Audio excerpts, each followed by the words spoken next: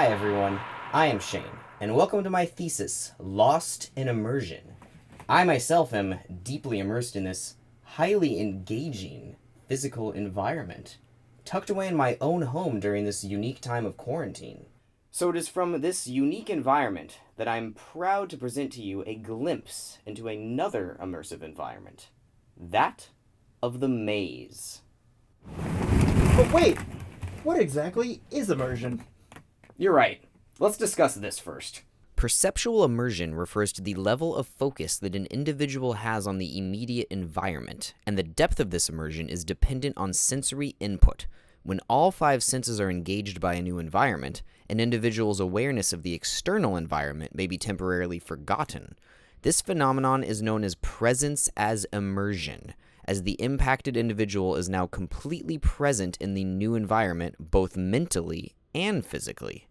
The architectural environment is one of the few environments that has the ability to impact all five senses, which means that it can be designed to actually promote physical presence as immersion. This is important as its antithesis, digital presence, instead allows an individual to obscure the immediate surrounding physical environment. Maze typology was chosen for this study as it is a unique physical environment that may impact all five senses and includes an additional puzzle or game element that provides further engagement for the user, as well as a dynamic emotional sequence of vulnerability and relief. Vulnerability and acute stress have been shown to promote authentic social bonding. In an architectural maze environment, multiple people may share the same level of presence as immersion within the same space, which is further augmented by the common challenge of wayfinding and interactive features within the maze. Each of these variables come together holistically to create a unique experience that promotes interaction both with the immediate environment and the other people in it. In order to study these variables on a physical level, a series of experiments was implemented. This ball pit? An experiment. The acrylic light? An experiment.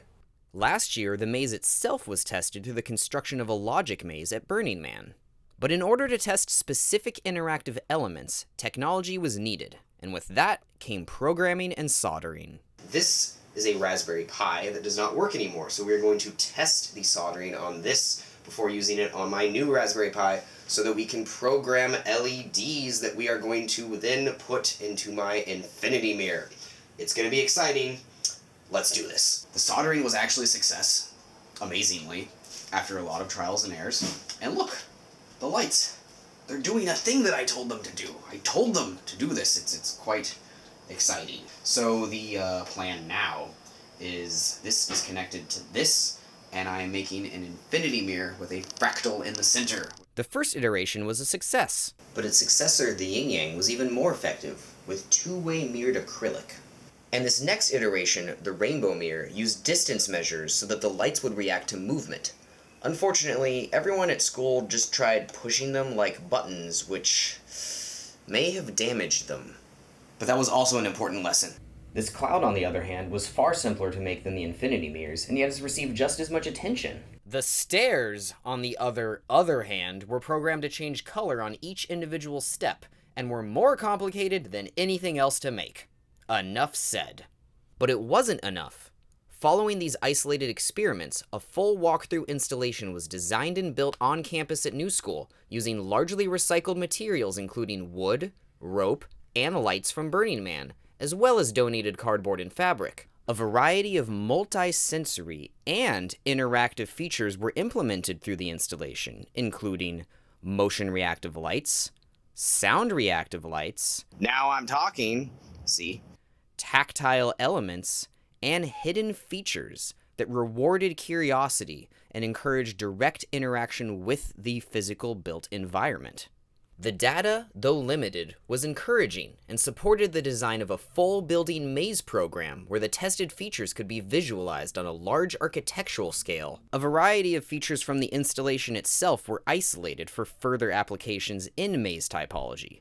These included a variety of mirror elements for both engagement and inducing vulnerability, irregular spatial conditions, varying wall materials, secret rooms, and careful use of scents, which some test subjects responded negatively to in the installation. A concept maze made from musical movements drawn by the post-rock band Godspeed You Black Emperor inspired the use of irregular angles and spatial dynamics, abandoning a more traditional orthogonal grid. This method of charting movement also inspired an emotional sequence concept, which divided the maze into multiple phases, each with its own threshold.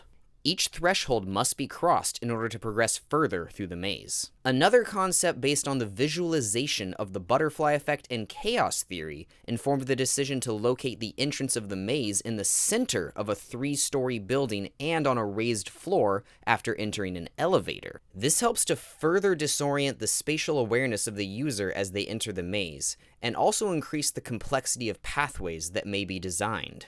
A garden, bar, and cafe was added to the programming to provide both a contrasted environment for the maze interior and a commercial element to demonstrate how an immersive experience such as this may be integrated into other architectural typologies and businesses. A 200 by 100 foot dimension for the building was chosen, with the ground floor dedicated to the main building entrance, staff offices, a kitchen, delivery service, core egress, and the garden bar, which is accessible from the ground floor as well as upon exiting the maze.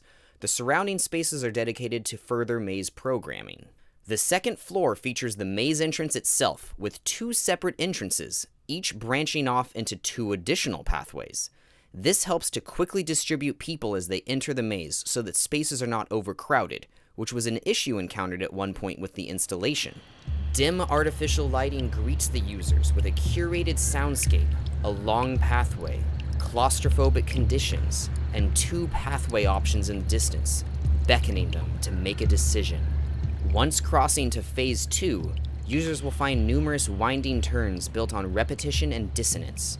One such space features hairy walls which invite haptic interaction, while windows allow visual interaction between users. Another distinctive space features walls fabricated from the Sierpinski triangle fractal pattern. This unique overlay of perforated patterns is intended to create a visually stimulating and disorienting experience with visual communication between participants as they wind through its dense, narrow corridors. A stairway featuring color-changing steps leads to the 3rd phase of the maze on the 3rd floor, where curvilinear geometries are now introduced. Here, a wide-open space with bright lighting and seating provides relief and potential interaction as an escape from the darker, narrow spaces that connect to either side. In some spaces, curved surfaces negotiate with rigid angles and reflective walls, offering multiple pathway options in a disorienting configuration. In this space, one woman is seen taking the corridor to the right, while another, more curious woman reaches up to touch the light fixture. This curiosity causes the wall to slide to the right, concealing one passageway while opening to another with a mirror in the distance, distorting the depth of the hallway. Turning the corner leads to the threshold of Phase 4, a wide-open dome with natural skylights diffusing light through purple window panes and mirrored walls, scattering the visual perception of the 4 pathway options. Taking the pathway to the front right leads to this temporary moment of false relief as the participant carves his way through the garden bar, visually able to interact with those below while still imprisoned in the maze. Multiple bridges carve through this space, offering interaction with those below as well as those still trapped within the maze itself.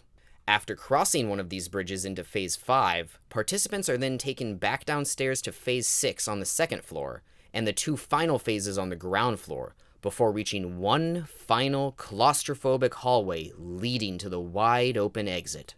This large, naturally lit space with its water and plant features welcomes the maze-goer, who may now finally relax and have a drink with fellow maze-goers, and even those who just came for the bar, who just may be swayed to enter the maze after meeting someone who just finished. What an inviting space, ripe with social interaction and engaging activities. You know, during this unique time of pandemic and quarantine, something like that seems so much more precious than it did before. I sure wish I could go experience that space. Nope, you're stuck here with me.